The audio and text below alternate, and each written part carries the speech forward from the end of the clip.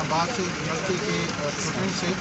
और हमारी 2 कोस्टर थी जो कि हम सुबह से आए थे ठंडियानी, और ठंडियानी से वापसी पर हमने डूंगर गली आए। और यहाँ पर ये सिचुएशन है कि कोहरा जम गया, और कोहरा जमने के बाद यहाँ से वापस जाना जो है वो तकरीबन पॉसिबल नहीं था। अस्सलामु अलैकुम वरहमतुल्लाहि वबरकातुहू। अल्लाहुम्मा सल्लि अला मुहम्मदिन व अला आले मुहम्मद कमा सल्लैता अला इब्राहीम व अला आले इब्राहीम इन्नका हमीदुम मजीद। अल्लाहुम्मा बारिक अला मुहम्मदिन व अला आले मुहम्मद कमा बारकता अला इब्राहीम व अला आले इब्राहीम इन्नका हमीदुम मजीद। लातदाद रुदोसलाम मेरे और आपके प्यारे तसोने तमन्मोने आका हज़रत मोहम्मद मुस्तफ़ा सल्लल्लाहु अलैहि वसल्लम पर, आपकी आल पर और आपके असाब पर।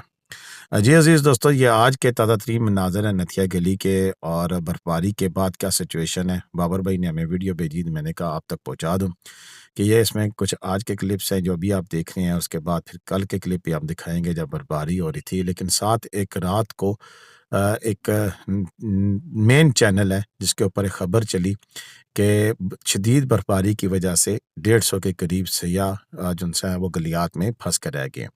तो मेरे लिए तजस्सुस की बात थी कि कल सारा दिन की रिपोर्टिंग में ऐसा कुछ मेरे सामने क्यों नहीं आया। तो फिर मैंने तहकीक की, और इस तहकीक में क्या कुछ निकला वो आपके सामने पेश करेंगे।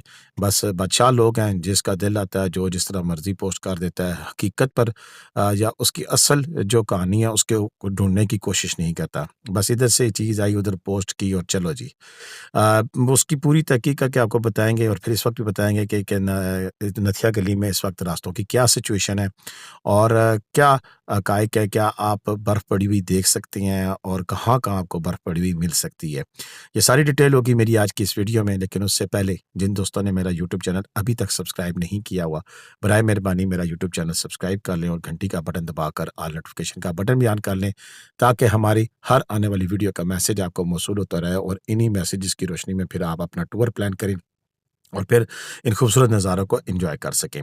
अच्छा, दरअसल स्टोरी क्या है, पहले इस पे बात करते हैं, और फिर साथ साथ आपको ये भी बताते हैं कि आपको बर्फ़ कहाँ अच्छी मिल सकती है अगर आप आज कल परसों यानी कि इन 3-4 दिनों में जाएंगे। और अगली बर्फ़बारी भी का मुतवक्को है, ये भी मैं थोड़ी सी आपको बता दूंगा सीन। और साथ साथ आपको ये भी बताएंगे कि मेरा नंबर आगे स्क्रीन पर मौजूद होगा, और आप मुझसे रब्ता कर सकते हैं पिंडी इस्लामाबाद से। अगर आपने मरी नथिया गली जाना है तो आपको ट्रांसपोर्ट भी फराहम कर दी जाएगी, और उसके साथ साथ आपको होटल रूम की बुकिंग भी करा कर दे सकते हैं। काफ़ी सारे होटल्स के साथ हमारे कनेक्ट हो चुके हैं, और हमारी कोशिश होती है कि अपने सब्सक्राइबर को कम से कम रेट पर हम रूम लेके दें। उसके लिए आपको ऑनलाइन पेमेंट करना पड़ेगी। जो बंदे ऑनलाइन पेमेंट नहीं कर सकते, नहीं करना चाहते, नहीं ट्रस्ट करते, वो बेशक हमसे रब्ता मत करें। तो चलते पहले अभी असल कहानी की तरफ। तो मैंने कहानी का खोज लगाया, तो जो शौकत साहब हैं, इंचार्ज हैं, जो कि गलियात डेवलपमेंट अथॉरिटी की जानिब से स्नो क्लियरेंस इंचार्ज है, उनसे मैंने जब बात की तो उन्होंने कहा ऐसा कोई सीन नहीं है। हमने रात को ही वहाँ पर जो रोड्स हैं उनके ऊपर नमक का छिड़काव कर दिया था, और उसमें सड़क को इस काबिल बना दिया था कि किसी किस्म का कोई प्रॉब्लम का जो उनसे वो सामना ना करना पड़े। और चूँकि बर्फ़ इतनी थी नहीं कि वहाँ पर मशीन चलाई जा सकती, बिल्कुल लाइट सी तय थी। लेकिन टेम्परेचर चूँकि कम हो गया था, तो इसलिए उन्होंने वहाँ पर स्नो स्प्रे कर दिया, जिसे स्नो स्प्रे कह रहा हूँ, साल्ट का स्प्रे किया, नमक फेंका। और स्प्रे कम ही होता है, वो बेलचों से ही फेंक रहे। लेकिन उसके साथ-साथ फिर एक डूंगा गली से हमें 1122 वालों ने रिपोर्ट की कि वहाँ पर क्या हादसा है। पहले सुनते हैं वो लोग क्या कह रहे हैं, फिर आपसे बातचीत करेंगे, बताएँगे कि ये हादसा क्यों घटा। और आज हमारा एक ट्रिप था इस्लामाबाद से यूनिवर्सिटी के स्टूडेंट से। और हमारी 2 कोस्टर थी जो कि हम सुबह से आए थे ठंडियानी, और ठंडियानी से वापसी पर हमने डूंगर गली आए। और यहाँ पर ये सिचुएशन है कि कोहरा जम गया, और कोहरा जमने के बाद यहाँ से वापस जाना जो है वो तकरीबन पॉसिबल नहीं था। इस दौरान हमने रेस्क्यू 112 को कॉल की, और वो आए और उन्होंने रास्ता जो है क्लियर करवाया, और अल्हम्दुलिल्लाह हम अब थोड़ी देर में जा सकते हैं। बहुत शुक्रिया। जी दोस्तों, आपने ये जो लोग आए हुए थे, जो 2 कोस्टरें आई हुई थी, इनकी बातचीत आपने सुनी। तो यहाँ पर मैं ये कहना चाहूँगा कि जनाब बात ये है कि मैं बार-बार कहता हूँ कि जो भी गाड़ियाँ हैं तो प्लीज़ स्नो चेन अपने साथ रखें और रात के इस पैर डेफ़िनेटली जब बहुत ज़्यादा ठंड हो जाती है तो इवन बर्फ़बारी तो दूर की बात है, जो पानी बह रहा होता है सड़कों पर वो भी जम जाता है और क्रिस्टल लेयर बना रहता है। तो यहाँ पर जो ड्राइवर साहबान थे, ये गाड़ी स्लिप हो रही थी तो उन्होंने डर डर गए। तो फिर उन्होंने 1122 को कॉल किया, 1122 का अमला आया, कागान 12 का सॉरी कागान कह रहा हूँ, गलियार 12 का अमला आया। उन्होंने इनको क्लियर किया और वहाँ से बाहिफ़ाज़त वहाँ से इवैक्यूएट भी कराया।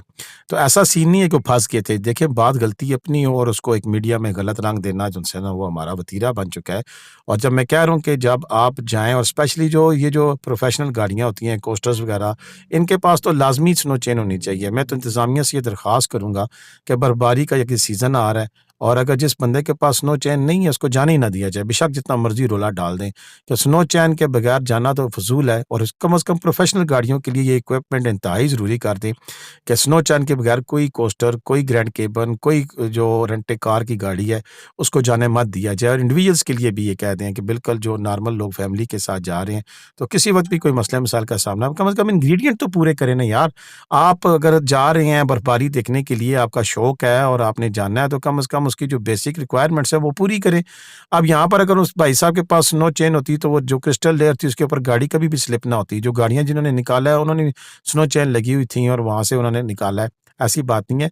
रात को एक और गाड़ी जो-सी है वो भी तेज़ रफ़्तारी की वज़ह से स्लिप भी हुई है, उसकी डिटेल अभी मेरे पास नहीं आई है। वो गाड़ी थी लेकिन कोई जानी नुकसान नहीं हुआ है। तो ये इस तरह के वाक़यात होना जो-सा है वो तो हो जाया करते हैं, लेकिन रिस्पॉन्ड बहुत अच्छा किया 1122 ने और गलियार 1230 ने। हम दोनों का शुक्रिया अदा करते हैं, उनकी काविश को सलाम पेश करते हैं और आपसे दरख्वास्त करते हैं कि प्लीज़ एसओपीज़ को पूरा करके फिर तशरीफ़ लाया करें। आज की वीडियो इतनी थी, मुझे इजाज़त दें। पाकिस्तान ज़िंदाबाद, पाकिस्तान पाइंदाबाद। जीते रहे, खुश रहें, आबाद रहें, दुआ में याद रखिएगा। अल्लाह हाफ़िज़।